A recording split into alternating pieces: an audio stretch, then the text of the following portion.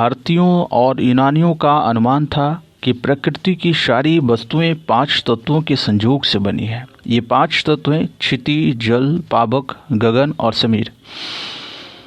भारत के महान ऋषि कणाद के अनुसार सभी पदार्थ अत्यंत सूक्ष्म कणों से बने हैं, जिसे परमाणु कहते हैं। पदार्थों का वर्गीकरण। पदार्थ को 2 भागों में बांटा गया है, भौतिक वर्गीकरण, रासायनिक वर्गीकरण। भौतिक वर्गीकरण को 3 भागों में बांटा गया है, ठोस, द्रव और गैस। और चौथी अवस्था प्लाज्मा और 5वीं अवस्था है बोस-आइंस्टाइन कंडेंसेट। और रासायनिक वर्गीकरण को 2 भागों में बांटा गया है, शुद्ध पदार्थ और मिश्रण। शुद्ध पदार्थ को 2 भागों में बांटा गया है, तत्व और यौगिक। और मिश्रण को 2 भागों में बांटा गया है, क्षमांग मिश्रण और विषमांग मिश्रण। यौगिक को 2 भागों में बांटा गया है, कार्बनिक और कार्बनिक। तत्व को भी 2 भागों में बांटा गया है, धात्विक तत्व और धात्विक तत्व। ठोस सॉलिड। पदार्थ की वह भौतिक अवस्था जिसका आकार एवं आयतन दोनों निश्चित हो, ठोस कहलाता है, जैसे लोहे की छड़, लकड़ी की कुर्सी, बर्फ का टुकड़ा आदि। द्रव लिक्विड। पदार्थ की वह भौतिक अवस्था जिसका आकार अनिश्चित एवं आयतन निश्चित हो, द्रव कहलाता है, जैसे अल्कोहल, पानी, तारपीन का तेल, मिट्टी तेल इत्यादि। गैस। पदार्थ की वह भौतिक अवस्था जिसका आकार एवं आयतन दोनों अनिश्चित हो, गैस कहलाता है, जैसे हवा, ऑक्सीजन आदि। गैसों का कोई पृष्ठ नहीं होता है, इसका विसरण बहुत अधिक होता है तथा इसे आसानी से संपीड़ित यानी कॉम्प्रेस किया जा सकता है। ताप एवं दाब में परिवर्तन करके किसी भी पदार्थ की अवस्था को बदला जा सकता है, परंतु इसके अपवाद भी हैं, जैसे लकड़ी, पत्थर, ये केवल ठोस अवस्था में ही रहते हैं। जल तीनों भौतिक अवस्था में रह सकता है। पदार्थ की तीनों भौतिक अवस्थाओं में निम्न रूप से साम्य होता है, ठोस, द्रव, गैस। उदाहरण के लिए जल। कुछ पदार्थ गर्म करने पर सीधे ठोस रूप में गैस बन जाते हैं, इसे ऊर्ध्वपातन कहते हैं, जैसे आयोडीन, कपूर इत्यादि। पदार्थ की चौथी अवस्था प्लाज्मा एवं 5वीं अवस्था बोस-आइंस्टाइन कंडेंसेट है। तत्व एलिमेंट। तत्व वह शुद्ध पदार्थ है जिसे किसी भी ज्ञात भौतिक एवं रासायनिक विधियों से न तो 2 या 2 से अधिक पदार्थों में विभाजित किया जा सकता है और न ही अन्य तरल पदार्थों के योग से बनाया जा सकता है, जैसे सोना, चांदी, ऑक्सीजन आदि। यौगिक कंपाउंड वह शुद्ध पदार्थ जो रासायनिक रूप से 2 या 2 से अधिक तत्वों के एक निश्चित अनुपात में रासायनिक संयोग से बनते हैं, यौगिक कहलाते हैं।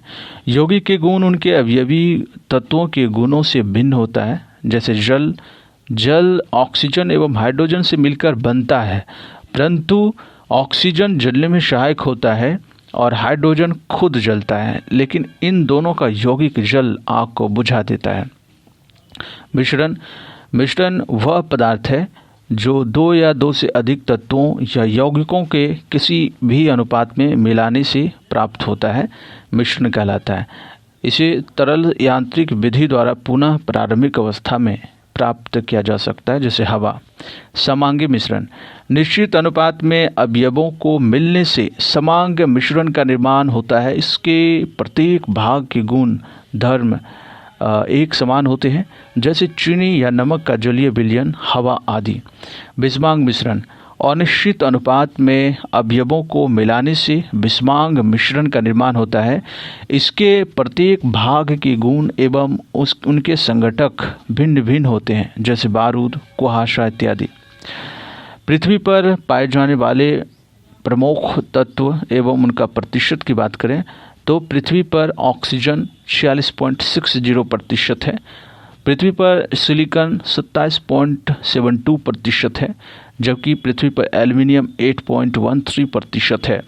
पृथ्वी पर लोहा 5% है, जबकि कैल्शियम 3.6% है, सोडियम 2.83% है, पोटेशियम 2.59% है, मैग्नीशियम 2.09% है, टिटेनियम 0.44% है, हाइड्रोजन 0.14% है। कुल मिलाकर 99.14% प्रथम 10 तत्व हैं। मानव शरीर में तत्वों की औसत मात्रा की बात करें तो मानव शरीर में ऑक्सीजन 65% है, मानव शरीर में कार्बन 18% है, मानव शरीर में हाइड्रोजन 10% है और नाइट्रोजन 3% है, कैल्शियम 2% है, फास्फोरस 1% है, पोटेशियम 0.35% है, मानव शरीर में सल्फर 0.25% है, सोडियम 0.15%, जबकि क्लोरीन 0.15%, मैग्नीशियम 0.05%, जबकि शरीर में लोहा की मात्रा 0.004% है। अन्य तत्व 0.046%। मिश्रण को अलग करने की कुछ प्रमुख विधियाँ। रवाकरण, क्रिस्टलाइजेशन। इस विधि के द्वारा अकार्बनिक ठोस मिश्रण को अलग किया जाता है। इस विधि में अशुद्ध ठोस मिश्रण को उचित बिलाई के साथ मिलाकर गर्म किया जाता है तथा गर्म अवस्था में ही कीप द्वारा छान लिया जाता है। छानने के बाद विलयन को कम ताप पर धीरे धीरे ठंडा किया जाता है। ठंडा होने पर शुद्ध पदार्थ क्रिस्टल के रूप में विलयन के से पृथक हो जाता है। जैसे शर्करा और नमक के मिश्रण को इथाइल अल्कोहल में 348 केल्विन ताप पर गर्म करने पर इस विधि द्वारा अलग किया जा सकता है। आसवन विधि, डिस्टिलाइजेशन। जब दो द्रवों के क्वथनांक में अंतर अधिक होता है तो उसके मिश्रण को आसवन विधि से पृथक करते हैं, अर्थात यह द्रवों के मिश्रण को अलग करने की विधि है। इसका प्रथम भाग वाष्पीकरण वेपराइजेशन एवं दूसरा भाग संघनन कंडेंसेशन है कहलाता है। उदरपातन, सब्लिमेशन, उदरपातन। इस विधि द्वारा ऐसे ठोस के मिश्रण को अलग करते हैं जिसमें एक ठोस उदरपातित हो, दूसरा नहीं। इस विधि से कर्पूर, नैफ्थलीन, अमोनियम क्लोराइड, एंथ्रासीन आदि को अलग करते हैं। आंशिक आसवन, फ्रैक्शनल डिस्टिलाइजेशन। इस विधि से वैसे मिश्रित द्रवों को अलग करते हैं जिनके क्वथनांकों में बहुत अंतर बहुत कम होता है। खनिज तेल या कच्चे तेल में से शुद्ध डीजल, पेट्रोल, मिट्टी तेल, कोलतार आदि इसी विधि यानी आंशिक आसवन विधि द्वारा अलग किया जाता है। वर्णलेखन। यह विधि इस तथ्य पर आधारित है कि किसी मिश्रण के विभिन्न घटकों की अवशोषण क्षमता भिन्न भिन्न होती है तथा वे किसी अधिशोषक पदार्थ में विभिन्न दूरियों पर अवशोषित होते हैं। इस प्रकार से पृथक कर ले जाते हैं। भाप आसवन। भाप आसवन इस विधि से कार्बनिक मिश्रण को शुद्ध किया जाता है जो जल में अघुलनशील होता है परंतु भाप के साथ वाष्पशील होता है।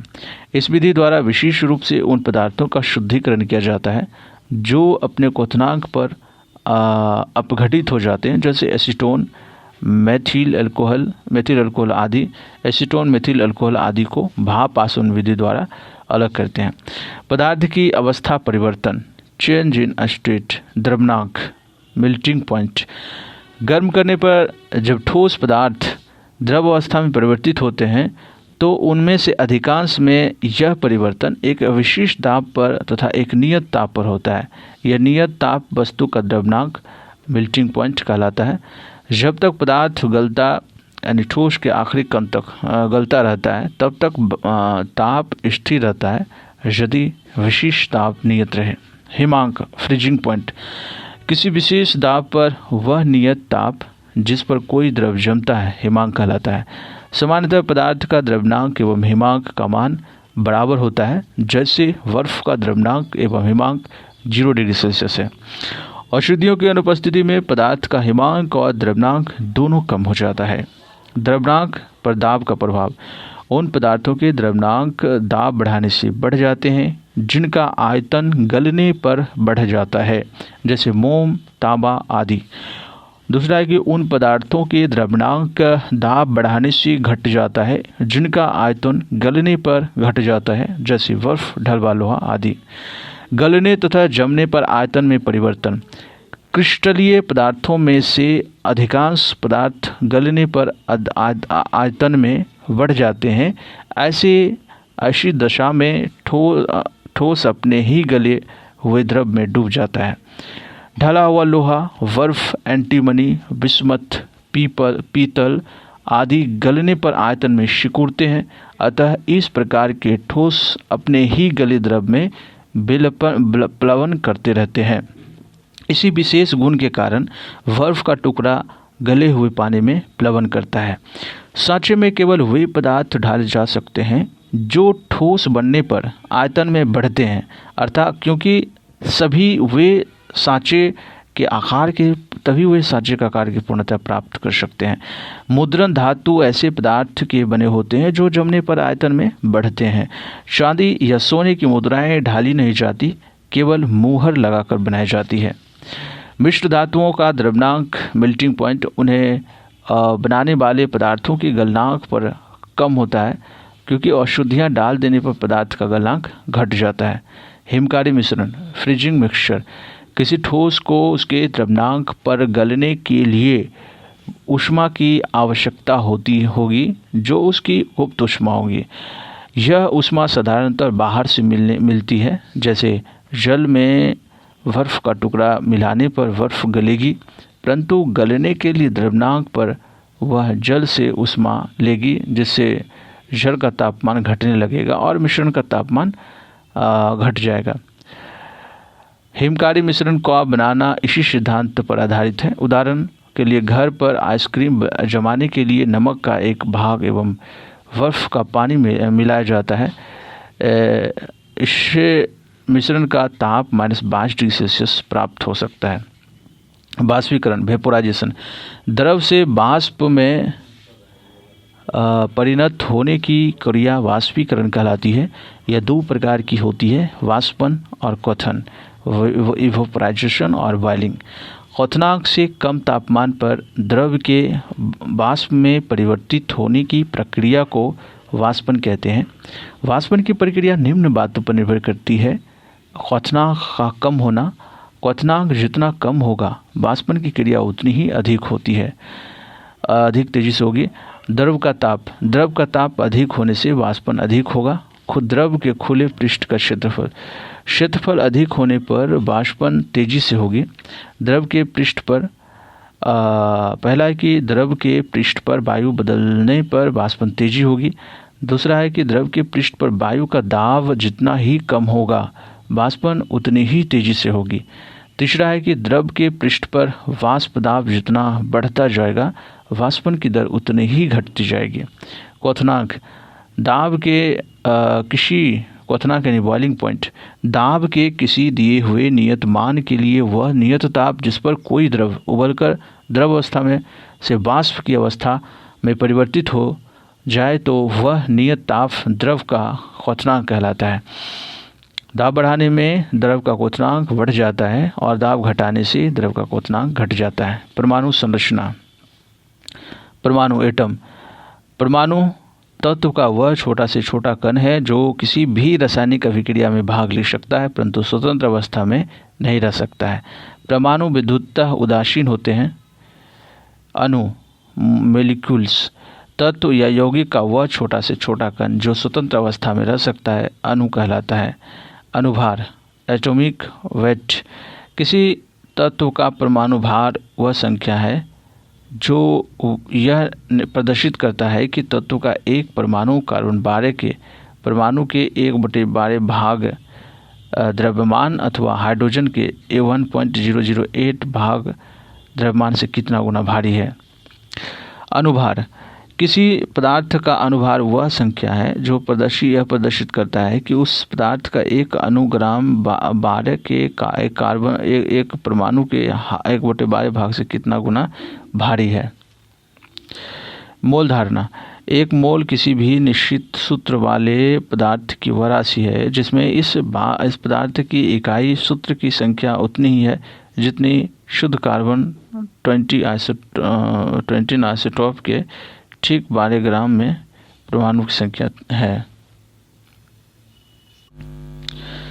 आगे है अनुभार किसी पदार्थ का अनुभार वह संख्या है जो यह प्रदर्शित करता है कि उस पदार्थ का एक अणु कार्बन 12 के एक परमाणु के 1/12 भाग से कितना गुना भारी है। मोल धारणा एक मोल किसी भी निश्चित सूत्र वाले पदार्थ की वह राशि है जिसमें इस पदार्थ के इकाई सूत्र की संख्या उतनी ही है जितनी शुद्ध कार्बन 12 आइसोटोप के ठीक 12 ग्राम में परमाणु की संख्या है। मोल इकाई का मान 6.022 × 10⁻23 है। कार्बन के 12 ग्राम या 1 मोल में 6.022 × 10⁻23 परमाणु है। 6.022 × 10⁻23 को अवोगाड्रो संख्या कहते हैं। मोल संख्या एवं द्रव्यमान दोनों मोल संख्या एवं द्रव्यमान दोनों का प्रतीक है। सन 1967 में मोल को इकाई के रूप में स्वीकार किया गया है। 20वीं शताब्दी में आधुनिक खोजों के परिणामस्वरूप जे थॉमसन, रदरफोर्ड, चैडविक आदि वैज्ञानिकों ने यह सिद्ध कर दिया कि परमाणु विभाज्य है या तथा मुख्यतः 3 मूल कणों से मिलकर बना है, जिन्हें इलेक्ट्रॉन, प्रोटॉन और न्यूट्रॉन कहते हैं। प्रमुख मूल कणों के अभिलक्षण: इलेक्ट्रॉन की खोज जे थॉमसन ने किया था, प्रोटॉन की खोज गोल्डस्टीन ने किया था और न्यूट्रॉन की खोज चैडविक ने किया था 1932 में। इलेक्ट्रॉन का जो द्रव्यमान है 9.1095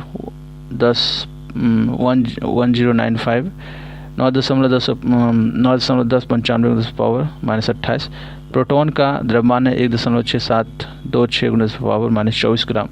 न्यूट्रॉन का जो द्रव्यमान है 1.6749 × 10⁻24 ग्राम। सबसे पहले इलेक्ट्रॉन के आवेश का सफलतापूर्वक निर्धारण विलिकन ने किया तेल बूंद प्रयोग विधि द्वारा। सबसे पहले इलेक्ट्रॉन के आवेश का सफलतापूर्वक निर्धारण मिलिकन ने किया तेल बूंद प्रयोग विधि से। इलेक्ट्रॉन की तरंग प्रकृति की खोज डी ब्रॉगली ने की थी। पॉजिट्रॉन की खोज एंडरसन ने की थी। भारतीय वैज्ञानिक सत्येंद्रनाथ बसु के नाम पर विशिष्ट मूलकण बोसोन का नाम रखा गया है। लगभग द्रव्यमानहीन एवं आवेशहीन कण न्यूट्रिनो की खोज पॉली ने 1930 ईस्वी में किया था। इसमें पॉली में चक्रण होता है, ये न्यूट्रिनो में प्रचक्रण होता है। रदरफोर्ड का नाभिकीय परमाणु मॉडल: रदरफोर्ड एवं उसके विद्यार्थियों हैंस गीगर और अर्नेस्ट मार्सडेन ने सोने के बहुत ही पतली पत्ती पर अल्फा कणों की बौछार पर परमाणु का नाभिकीय मॉडल प्रस्तुत किया। इस मॉडल के अनुसार परमाणु का धनावेश तथा अधिकांश द्रव्यमान एक अति अल्प क्षेत्र में केंद्रित था। परमाणु के इस अति अल्प भाग को रदरफोर्ड ने नाभिक कहा है। रदरफोर्ड ने गणना करके दिखाया कि नाभिक का आयतन परमाणु के कुल आयतन की तुलना में अत्यंत कम होता है। परमाणु की त्रिज्या लगभग 10⁻10 मीटर होती है, जबकि नाभिक की त्रिज्या लगभग 10⁻15 मीटर होती है। नाभिक के चारों ओर इलेक्ट्रॉन वृत्ताकार पथों, जिन्हें कक्षा कहा जाता है, में तेजी से घूमा जाता है। इलेक्ट्रॉन और नाभिक आवास में आकर्षण के कारण वैद्युत बलों द्वारा बंधे होते हैं। इलेक्ट्रॉन और नाभिक आपस में आकर्षण के द्वारा स्थिर वैद्युत बलों के द्वारा घिरे रहते हैं। रदरफोर्ड का परमाणु मॉडल: रदरफोर्ड का परमाणु मॉडल। प्रमुख मूल कणों के अभिलक्षण: इलेक्ट्रॉन का आविष्कार जे थॉमसन ने किया था। प्रोटॉन की खोज गोल्डस्टीन ने किया था। न्यूट्रॉन की खोज चैडविक ने किया था।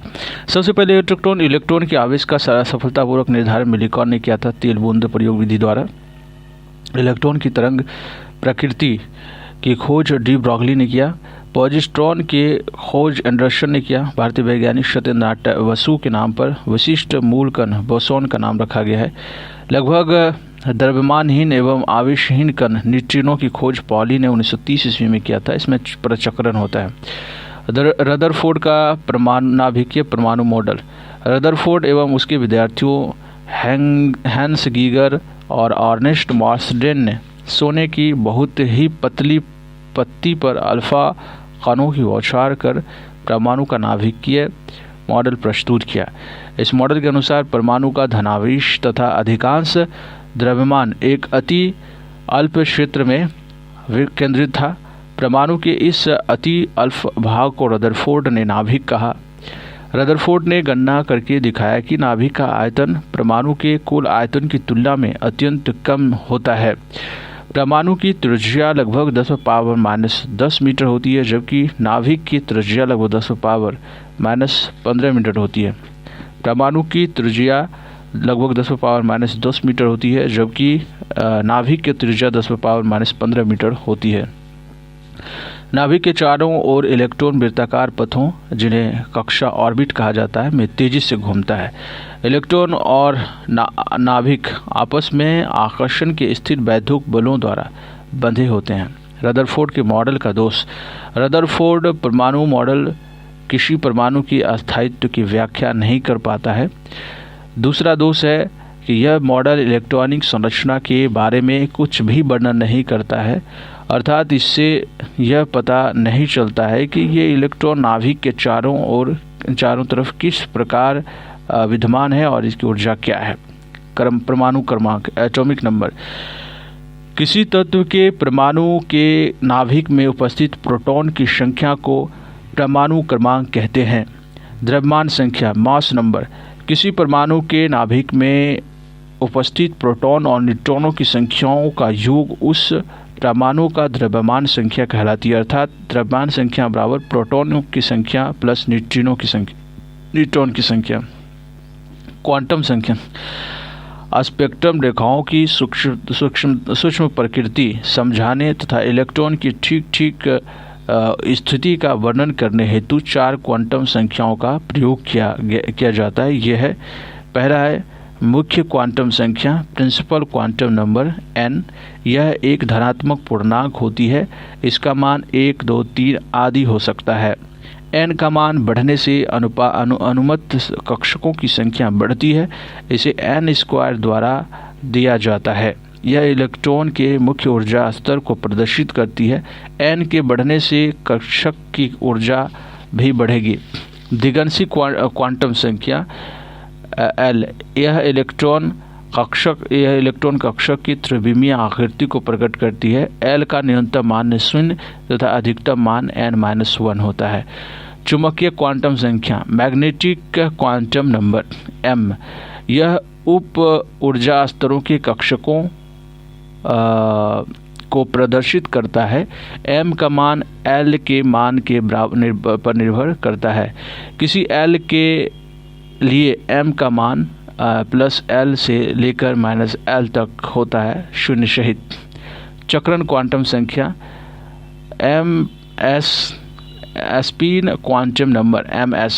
1925 ईस्वी में जॉर्ज उल्हेनबेक और सैमुअल गॉडस्मिट ने एक चौथी क्वांटम संख्या की उपस्थिति प्रतिपादित की, जो इलेक्ट्रॉन प्रचक्रण क्वांटम संख्या ms कहलाई। यह इलेक्ट्रॉन के चक्रण की दिशा को प्रदर्शित करती है। किसी चुंबकीय क्वांटम संख्या m के लिए चक्रण क्वांटम संख्या s का मान +½ और -½ होता है। क्वांटम यांत्रिकी का मूल समीकरण। क्वांटम यांत्रिकी का मूल समीकरण थ्रोडिंजर द्वारा प्रतिपादित किया गया। इसके लिए 1933 में थ्रोडिंजर को भौतिकी का नोबेल पुरस्कार मिला। क्वांटम यांत्रिकी का मूल समीकरण श्रोडिंजर द्वारा प्रतिपादित किया गया। इसके लिए 1933 ईस्वी में इन्हें भौतिकी का नोबेल पुरस्कार मिला। पॉली का अपवर्जन नियम। पॉली के अपवर्जन नियम के अनुसार एक दिए गए परमाणु में किन्हीं 2 इलेक्ट्रॉनों के लिए चारों क्वांटम संख्याओं का मान समान नहीं हो सकता। अतः यदि 2 इलेक्ट्रॉनों के n, l और m के मान एक ही हो तो उनका चक्रण विपरीत होगा। हुंड का अधिकतम बहुलकता का नियम। इसके अनुसार इलेक्ट्रॉन तब तक युग्मित नहीं होते जब तक कि रिक्त कक्षक प्राप्त हैं, अर्थात जब तक संभव है इलेक्ट्रॉन अयुग्मित रहते हैं। हाइजेनबर्ग के अनिश्चितता सिद्धांत के अनुसार, इसके अनुसार किसी कण की स्थिति और वेग का एक साथ यथार्थ निर्धारण असंभव है। अफबाउ नियम द्वारा तत्वों के इलेक्ट्रॉनिक विन्यास लिखने के लिए विभिन्न परमाणु कक्षकों की ऊर्जा बढ़ाने का क्रम इस प्रकार है: 1s से बड़ा 2s, 2s से बड़ा 2p, 2p से बड़ा 3s, इसी तरह से 6p से बड़ा 7s। समस्थानिक आइसोटॉप्स, समान परमाणु क्रमांक परंतु भिन्न परमाणु द्रव्यमानों के परमाणुओं को समस्थानिक कहते हैं। समस्थानिकों में प्रोटॉन की संख्या समान होती है किंतु न्यूट्रॉन की संख्या भिन्न होती है। जैसे 1h1, 1h2 तथा 1h3 समस्थानिक है। रासायनिक अभिक्रिया में सभी समस्थानिक एक सा व्यवहार करते हैं लेकिन इनके भौतिक गुण भिन्न होते हैं। कुछ प्रमुख समस्थानिक एवं उनका उपयोग। यूरेनियम 235 का उपयोग चट्टान की आयु ज्ञात करने में होता है। सोडियम 24, सोडियम 24 का प्रयोग रक्त के थक्के का पता लगाने में होता है। कोबाल्ट 60 का प्रयोग रक्त कैंसर को नियंत्रित करने में किया जाता है। आर्सेनिक 74 का प्रयोग ट्यूमर का पता लगाने में होता है। आयोडीन 131 का प्रयोग थायराइड ग्रंथि में होता है। फास्फोरस 32 का प्रयोग ल्यूकीमिया के उपचार में होता है। लोहा 59 का उपयोग से रक्तता का रोग, लोहा 59 के द्वारा समस्थानिक लोहा 59 के द्वारा और रक्तता का रोग का पता लगाने में उपयोग होता है। सबसे अधिक समस्थानिकों वाला तत्व पोलोनियम है। सबसे अधिक समस्थानिकों वाला तत्व पोलोनियम है। संभारिक आइसोबार्स, समान परमाणु द्रव्यमान परंतु भिन्न परमाणु क्रमांक के परमाणुओं को संभारिक कहते हैं। जैसे 18Ar40, 19K40, 20Ca40 संभारिक हैं। समन्यूट्रॉनिक, जिन परमाणु में न्यूट्रॉनों की संख्या समान होती है उन्हें समन्यूट्रॉनिक कहते हैं। जैसे 1H3 और 2He4, इन दोनों परमाणुओं के नाभिक में न्यूट्रॉनों की संख्या 2-2 होते हैं। सम इलेक्ट्रॉनिक, जिन आयनों और परमाणुओं के इलेक्ट्रॉनिक विन्यास समान होते हैं उन्हें सम इलेक्ट्रॉनिक कहते हैं।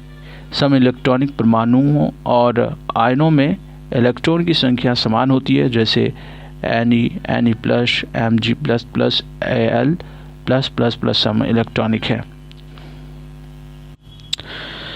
गैसों का आचरण। बॉयल का नियम। स्थिर ताप पर गैस की नियत मात्रा का आयतन उसके दाब का व्युत्क्रमानुपाती होता है। चार्ल्स का नियम। स्थिर दाब पर किसी गैस की नियत मात्रा का मान आयतन चार्ल्स का नियम क्या है कि स्थिर दाब पर किसी गैस की नियत मात्रा का आयतन उसके परम ताप का सीधा समानुपाती होता है। परम ताप T बराबर 273 degree plus T degree Celsius. परम परमाणु ताप सैद्धांतिक रूप से न्यूनतम संख्या, परम परमाणु ताप सैद्धांतिक रूप से न्यूनतम संभव तापमान -273 डिग्री सेल्सियस 0 केल्विन को परम ताप कहते हैं। इस ताप पर सभी गैसों का आयतन शून्य हो जाता है। परम शून्य ताप सैद्धांतिक रूप से न्यूनतम संभव तापमान -273 डिग्री सेल्सियस यानी 0 केल्विन को परम ताप कहते हैं। इस ताप पर सभी गैसों का आयतन